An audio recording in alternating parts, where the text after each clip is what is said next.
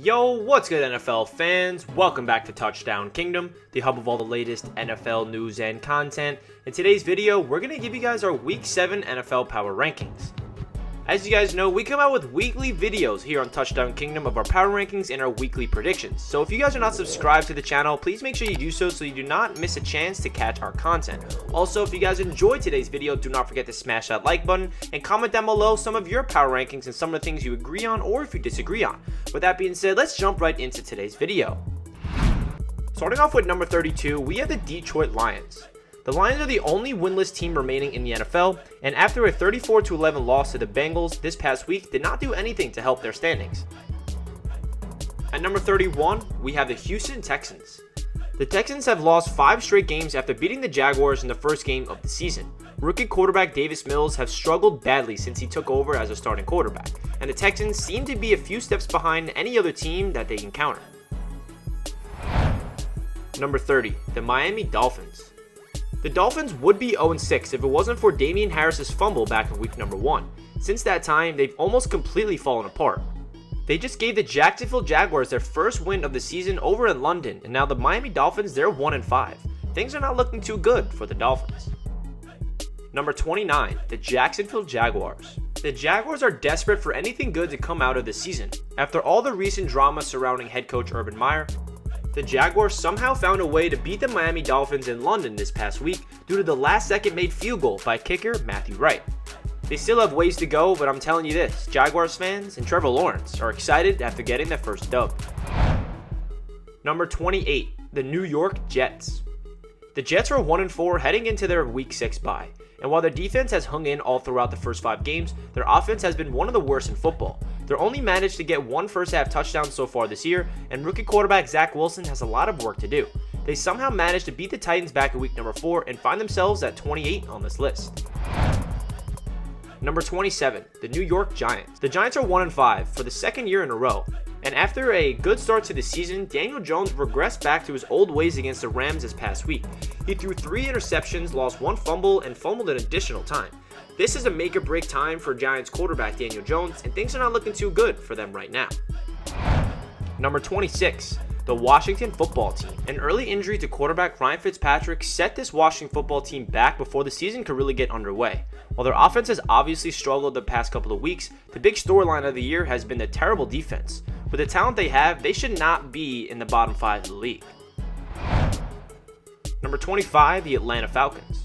The Falcons are coming off a bye week, and after beating the Jets in London back in week number 5, after a dormant first 4 games, rookie tight end Kyle Pitts was finally able to do what the Falcons drafted him to do. He was all over the field, and Atlanta will sure be keeping that momentum going. Number 24, the Philadelphia Eagles. The Eagles have been one of the most inconsistent teams in the league so far. It seems like they're putting everything on Jalen Hurts and abandoning Miles Sanders in the run game. While Jalen Hurts has been killing it from a fantasy football perspective, head coach Nick Sirianni needs to be able to balance out this offense and make it easier on his quarterback. Number 23, the Chicago Bears. The Bears' lack of consistency on offense is what lands them at number 23. The Bears' lack of consistency on offense is what lands them here at 23. Although they're 3-3 and they're 500 on the season, there seems to be a not really that good of a game plan in place for rookie quarterback Justin Fields, and that falls on head coach Matt Nagy. The Bears have a lot of things to work on the offensive side of the ball. Number 22, the New England Patriots. The New England Patriots went toe-to-toe with the Dallas Cowboys this past week, but now they're sitting at 2-4 under Bill Belichick. The reality is, the Patriots, their only wins came against the Jets and the Texans, which is why we have the Patriots sitting here at 22. Number 21, the Seattle Seahawks. The Seahawks defense has been holding them back all year, and now a recent injury to Russell Wilson has made things even worse for the organization. Geno Smith was charged with leading the Seahawks in what was essentially a must-win game this past week against the Steelers, and he fumbled in overtime. The game was essentially sealed for Pittsburgh. This might be a tough year for Seahawks fans. Number 20, the Denver Broncos. After starting the year 3-0, the Broncos have dropped their 3 last games, 500 on the year now, ending the game with 3 total interceptions. Number 19, the Carolina Panthers. The Panthers are another team that got off to a hot 3-0 start and are now sitting at 3-3 after dropping 3 in a row. Sam Darnold looked good to start the year and now has regressed to his old turnover-prone ways. Christian McCaffrey is ineligible to return until week number 9, and things are certainly on the decline for the Panthers. Number 18, the Indianapolis Colts. Carson Wentz was finally able to figure it out this past week. In a dominant 31-3 victory over the Houston Texans, running back Jonathan Taylor also showed up in a huge way, rushing for 2 touchdowns on the day. The Colts have a lot of work to do, but no one can deny the talent that they have on their roster. It could be the time for the turnaround in Indianapolis. Number 17, the San Francisco 49ers. The 49ers are a tough team to nail down as of late. They're coming off a bye week, which came at a great time for the team as they've been struggling all mightily in weeks prior. Head coach Kyle Shanahan seems to be unsure what to do with the quarterback position. Jimmy Garoppolo or the rookie Trey Lance are the options, but both have been really inconsistent. On top of that, both QBs are now dealing with nagging injuries. Kyle Shanahan has a tough decision ahead of him. Number 16, the Pittsburgh Steelers. The Steelers have been very inconsistent this year, but one main thing that keeps their season alive, TJ Watt, is unbelievable and is pretty much single-handedly responsible for the team's win this past week. As Big Ben is still trying to find his consistency, we have the Pittsburgh Steelers here at number 16. Number 15, the Las Vegas Raiders. After all of the drama surrounding now former head coach John Gruden this past week, the Raiders found a way to rally and beat their division rival, the Denver Broncos, in awesome fashion. Obviously, there is a rocky road ahead for the Las Vegas Raiders with everything that's happened as of late, but as of right now, they're a good football team sitting at 4-2. Number 14, the Minnesota Vikings. The Vikings have been super inconsistent throughout the year, but they're sitting at 3-3 and have plenty of firepower on offense. Their three-headed monster of Dalvin Cook, Justin Jefferson, and Adam Thielen could honestly be the best in football, but execution and consistency has been their problem. Kirk Cousins is a good quarterback, but is he an elite quarterback? I don't think so. But the Vikings still have plenty of time to carve out a nice little season for themselves. Number 13, the New Orleans Saints. The Saints are another tough team to nail down.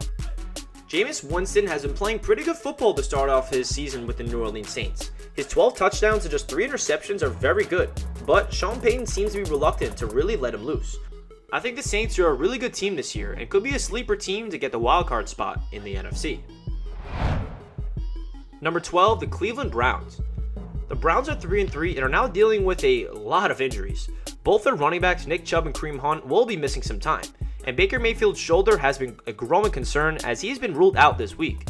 Things are definitely trending downwards for Cleveland, but they still have one of the best rosters in all of football when they are healthy. If they can heal up in time to make a run at the playoffs, they will definitely be a dangerous team. Number 11, the Kansas City Chiefs. The Chiefs are ranked out of the top 10, and although they finally got it together and won this past week, Patrick Mahomes just did not look himself. He has a shocking 8 interceptions on the year, and on the other side of the ball, the defense is a total liability. They're back at 500, but have to play perfect football for the rest of the year. This will be an interesting season for the Kansas City Chiefs, and I'll not be shocked if they're right back into the top 10 soon. Number 10, the Cincinnati Bengals. After so many years, the Cincinnati Bengals are finally a fun team to watch. The LSU connection between Joe Burrow and Jamar Chase has been one of the more fun storylines to follow this year.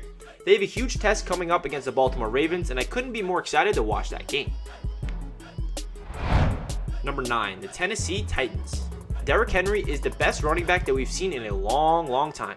He rushed for another 143 yards and 3 more touchdowns this week, and nobody seems to be able to stop him. If he continues this train rolling, he's going to lead the 4-2 Titans right into the playoffs. Number 8, the LA Chargers.